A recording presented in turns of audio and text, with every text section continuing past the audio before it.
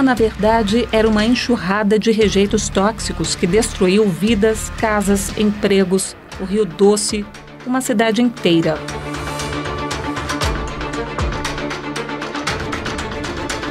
A maior tragédia ambiental do país, provocada pelo rompimento da barragem de resíduos sólidos da Samarco, em Minas Gerais, revelou fragilidades na fiscalização, o descaso do poder público e também a necessidade de uma atuação firme do Ministério Público para resguardar os direitos das vítimas. Atuação firme também para proteger a maior floresta tropical do mundo, constantemente ameaçada.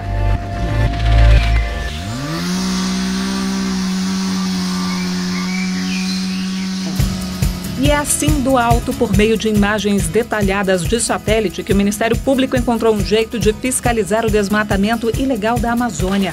O Amazônia Protege monitora a derrubada de árvores e já identificou a atuação de 2.300 pessoas responsáveis pela destruição de mais de 160 mil hectares sem autorização, a maior parte no Pará e em Mato Grosso. A corrida desenfreada por minério, pasto para gado, monocultura, madeira, precisa ser repensada.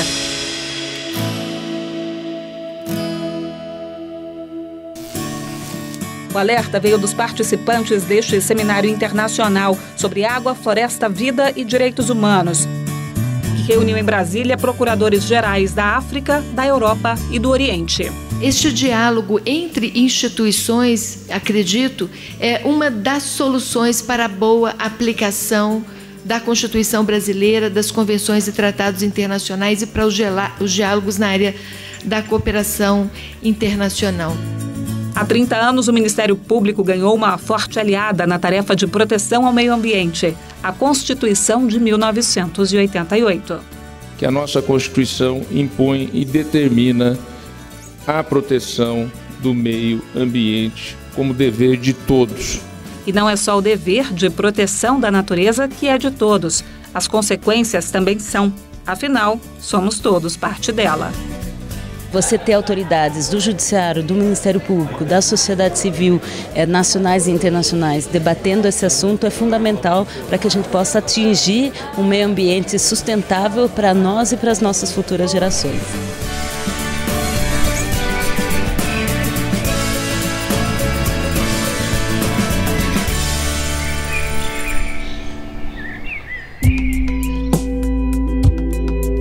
Olá, no programa de hoje vamos falar sobre temas fundamentais para a nossa sobrevivência no planeta. E você vai ver também. Nascentes e fauna foram temas de um seminário internacional promovido pelo MPF. Em Manaus, representantes de movimentos sociais, entidades de classe e sociedade em geral se reúnem para discutir a agenda em defesa dos direitos sociais. Em Goiás, um encontro regado a café e prosa sobre a proteção do patrimônio cultural. Fique com a gente, o Interesse Público começa agora.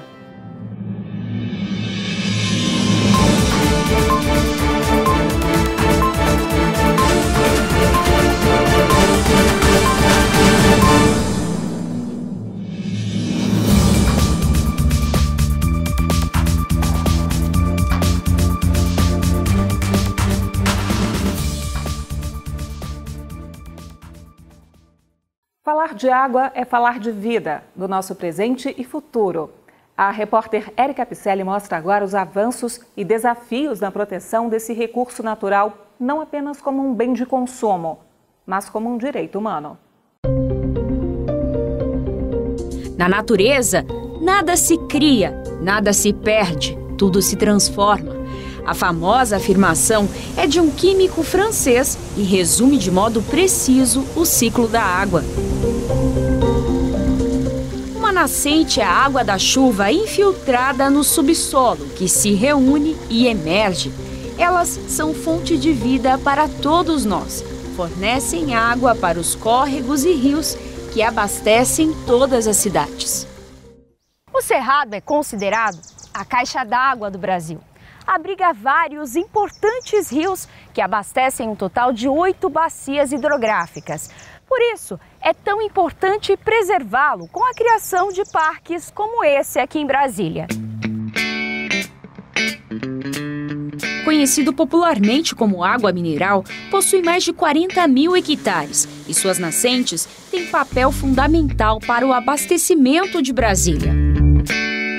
A gente pode verificar uma grande diferença entre as nascentes que estão dentro do parque e aquelas que estão fora. Por quê? Dentro do parque, elas estão protegidas por um regime de proteção especial e aquele solo não vai sofrer impermeabilização, os processos erosivos e processos que impactam essas nascentes, eles vão ter controle, né, vão estar sujeitos àqueles que são especificamente naturais, o que não acontece fora. O Brasil possui cerca de 12% de toda a água superficial de rio do mundo, mas a abundância divide espaço com desperdício, poluição e destruição da cobertura vegetal, que protege as margens dos rios e suas nascentes.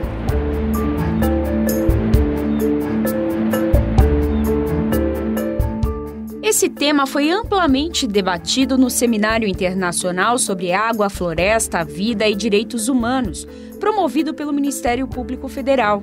O painel Água para o Futuro teve início com a assinatura de um pacto entre a Procuradora-Geral da República, Raquel Dodge, o Conselho Nacional do Ministério Público e o Ministério Público de Mato Grosso, para a criação de um aplicativo chamado Água para o Futuro. O projeto de mapeamento teve início em Mato Grosso, onde foi executado com sucesso. Nós identificamos 215 nascentes, nós fazemos a identificação, caracterização dela e responsabilizamos os eventuais degradadores. Criamos uma base de dados eficiente com imagens históricas, fizemos diversos termos de orçamento de conduta e ações civis públicas, né? Afastamos a ideia da impunidade, então eu acho que seriam esses os pontos principais do resultado do projeto. A Universidade Federal de Mato Grosso foi um dos parceiros do projeto. A professora explica que, além de identificar as nascentes, eles também analisaram os animais e a vegetação do local.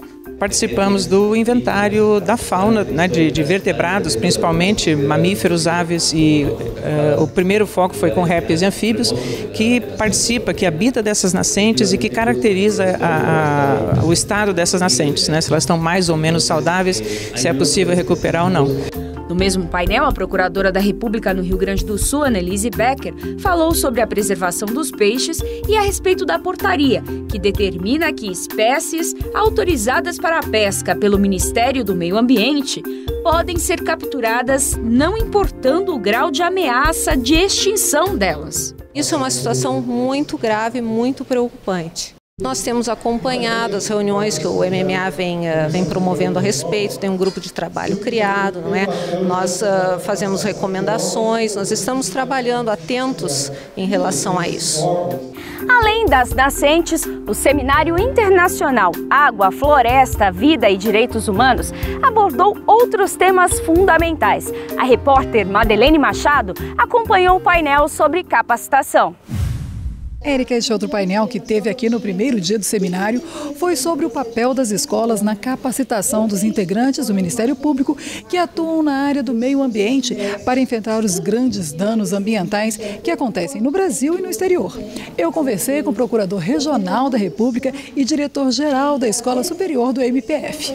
Na verdade, falar sobre meio ambiente é falar sobre água e é falar sobre vida. E quando nós falamos sobre essas temáticas, nós estamos falando diretamente sobre a possibilidade de manutenção da raça humana, da espécie humana na Terra. Estamos falando de direitos humanos, estamos falando de direito à moradia, estamos falando de acesso à terra, direito ao trabalho, alimentação adequada, o direito de acesso à água, enfim, o direito à vida.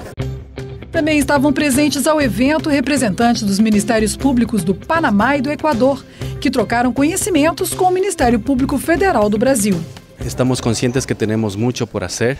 Es fundamental dentro de las investigaciones también el poder capacitar y contar con la cantidad suficiente de peritos, que son quienes a través de sus informes y a través de sus actividades de experticia van a poder dar sustento y solidez a un caso en el cual se requiere justamente una investigación para poder determinar los daños y las afectaciones que se realizan al suelo, al agua, a la flora, a la fauna y al ecosistema en general. Para encerrar o evento, especialistas em meio ambiente discutiram os avanços e desafios na proteção das florestas. A jurisprudência socioambiental do Supremo Tribunal Federal, nos 30 anos da Constituição Cidadã, também foi tema do seminário internacional e contou com a participação de ministros do Supremo Tribunal Federal e do Superior Tribunal de Justiça.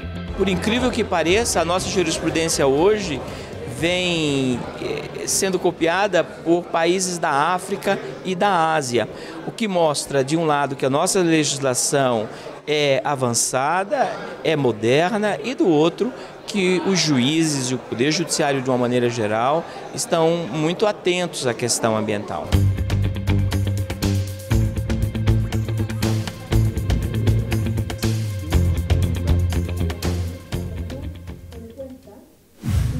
E veja a seguir, aprovadas as regras do Instituto Global do Ministério Público para o Meio Ambiente.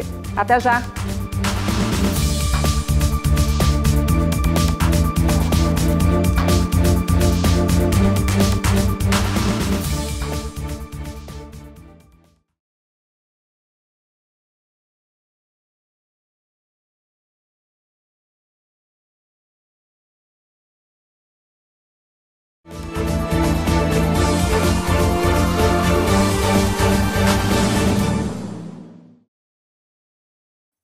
Você viu no início do programa que preservar a água é um grande desafio e uma responsabilidade minha, sua e de toda a sociedade. Afinal, somos 7,5 bilhões de habitantes no mundo. Como nós mostramos aqui no Interesse Público durante a cobertura do Fórum Mundial da Água em março deste ano, a criação do Instituto Global de Ministérios Públicos em prol do meio ambiente. E esse trabalho teve desdobramentos. O Márcio Fontinelli está aqui no estúdio hoje com a gente, hein, Márcio? Oi, Eliane, tudo bem? Olá para você que acompanha o programa Interesse Público. Eu acompanhei o encontro dos procuradores de vários países que estiveram reunidos aqui em Brasília, na Procuradoria-Geral da República. E esse, Eliane, é o momento de estabelecer as bases para a atuação desses MPs na proteção do meio ambiente. Quero convidar você e o público para a gente conferir como é que ficou a matéria. Vamos nessa? O Instituto Global do Ministério Público para o Meio Ambiente foi criado para apoiar os ministérios públicos na implantação e aplicação das leis ambientais. A ideia é compartilhar investigações, processos e sanções relacionadas a crimes contra o meio ambiente entre as 17 nações participantes. Cada país ajudou na adequação dos objetivos do Instituto, que será usado como base para completar as leis ambientais dos países que assinaram o Estatuto. Es imperiosa la necesidad de la unidad de todos los ministerios públicos para combatir y conservar el medio ambiente. Para que possamos, como uma rede forte, mundial e global, debaixo do guarda-chuva desse instituto, que tem a marca de mão da doutora Raquel Dodge, possamos levar avante esta luta que temos que começar já e começamos tarde. Com o Estatuto aprovado e assinado, o Instituto passou a funcionar oficialmente. Um passo importante para um caminho longo no combate aos crimes ambientais.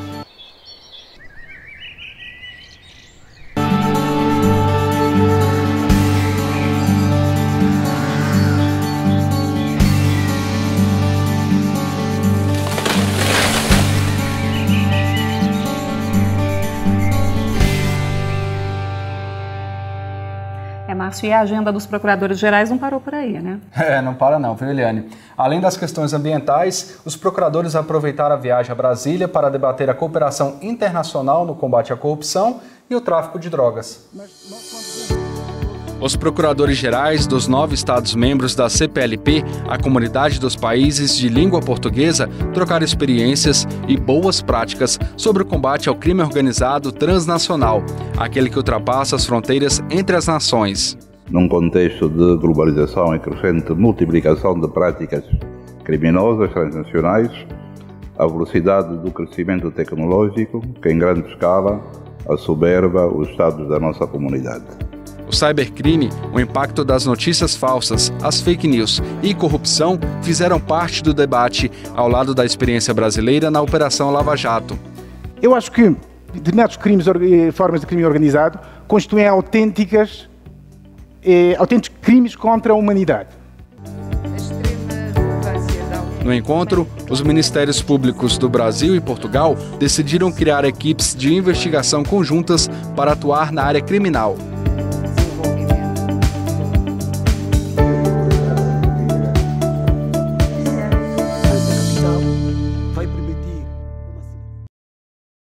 Bem, é isso, Márcio. Obrigada pelas informações e até a próxima. Obrigado a você, Eliane. E na semana que vem eu volto com mais da atuação do Ministério Público Federal para você. E o combate à corrupção também é o tema da última reportagem do quadro MPF em Ação, que você acompanha agora.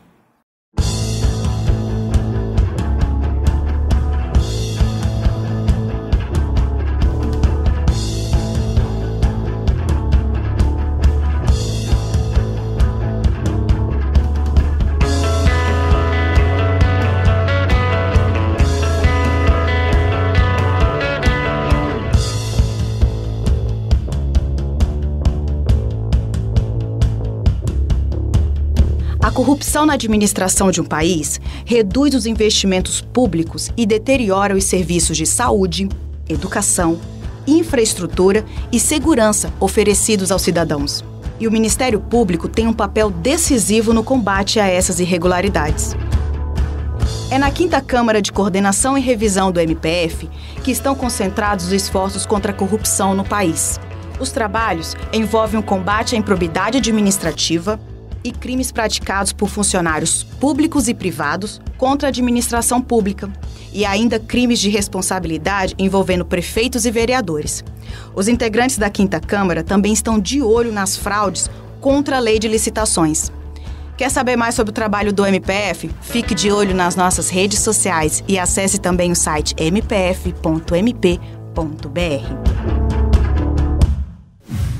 E veja no próximo bloco, o projeto para reaproximar o Ministério Público da comunidade é retomado no Amazonas.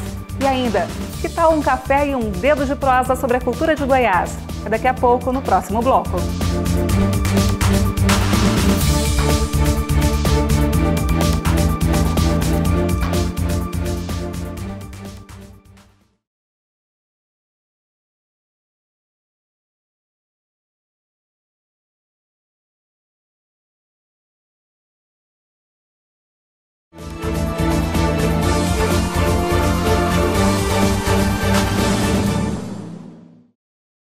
Estar cada vez mais próximo da sociedade, esse é o objetivo do projeto MPF Movimento, que será retomado no Amazonas. A nossa equipe acompanhou a volta desse trabalho por lá.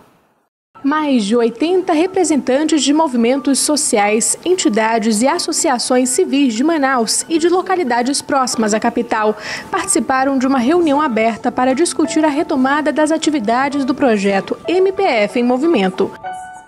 A proteção dos direitos de minorias étnico-religiosas e de gêneros, das mulheres e do meio ambiente, como a promoção da sustentabilidade socioambiental na Amazônia, foram algumas das pautas principais levantadas pelos participantes. É importante, principalmente no momento que a gente vive, essa reaproximação para que a gente possa, junto, em conjunto, trabalhar pela defesa de direitos humanos aqui no Estado.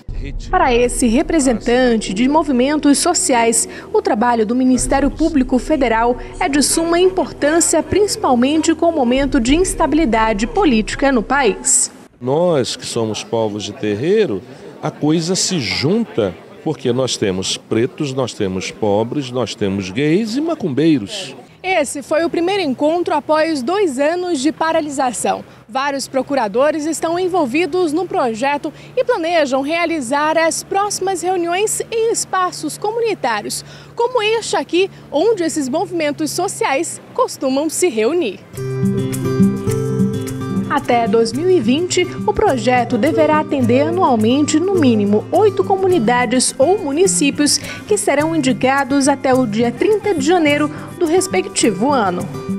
A ideia do Ministério Público Federal nesse projeto é, de fato, ter mais contato com a sociedade civil, poder ter mais contato com as demandas, para a gente poder afinar mais a nossa atuação, poder contribuir mais com a sociedade e a gente realmente poder fortalecer as instituições democráticas, o respeito aos direitos fundamentais, as políticas públicas, para que a gente possa, de fato, ter essa atuação mais próxima.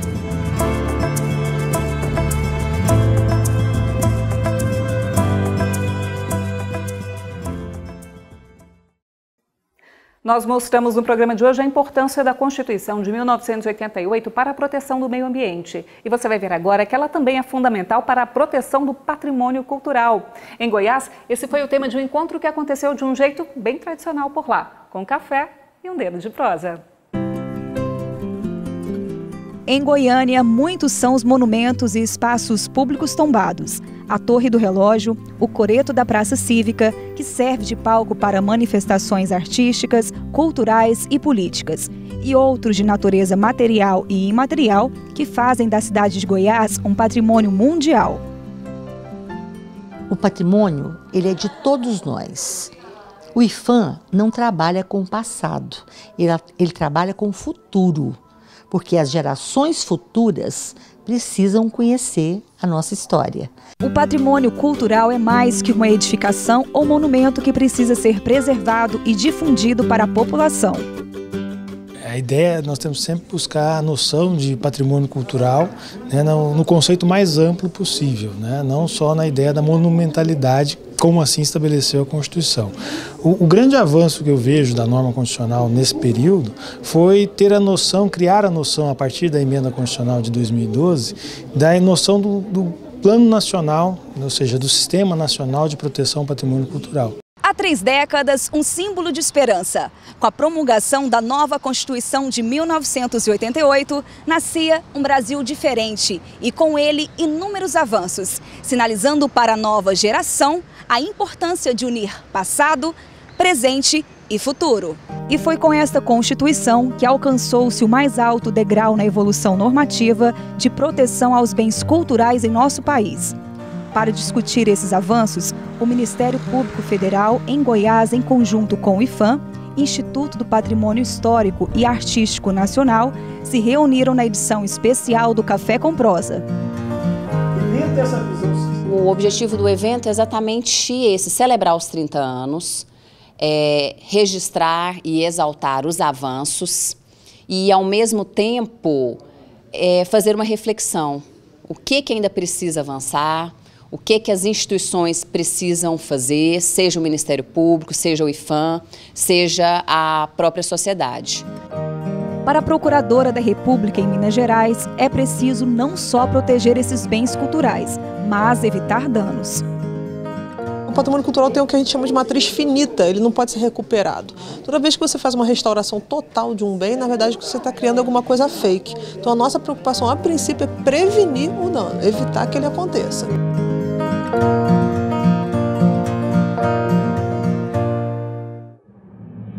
Realmente esse tipo de debate é muito importante para a nossa sociedade. Bem, e por hoje é isso, o Interesse Público fica por aqui. Se você perdeu alguma reportagem, acesse youtube.com/tvmpf. Para falar com a gente é só escrever para o e-mail que aparece aí na sua tela. Muito obrigada pela companhia e até a semana que vem. Tchau!